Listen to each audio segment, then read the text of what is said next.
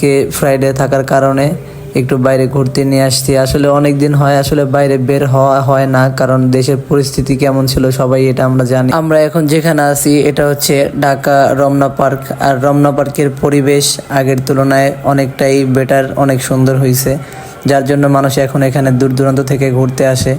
আমার চাচাকে আমি ছবি তুলে দিতেছিলাম, সে পোজ দিতেছিল। এই রমনা পার্কের কথা যদি বলি, 7 থেকে 8 বছর আগে কেমন পরিবেশ ছিল এটা আমরা যারা এখানে আসছি তারা জানি, আর এখন কতটা উন্নত হয়েছে এটাও আমরা এখন দেখতেছি। একটা জিনিস হঠাৎ করে চোখে পড়ছে, যার জন্য আপনাদের সাথে শেয়ার করতেছি।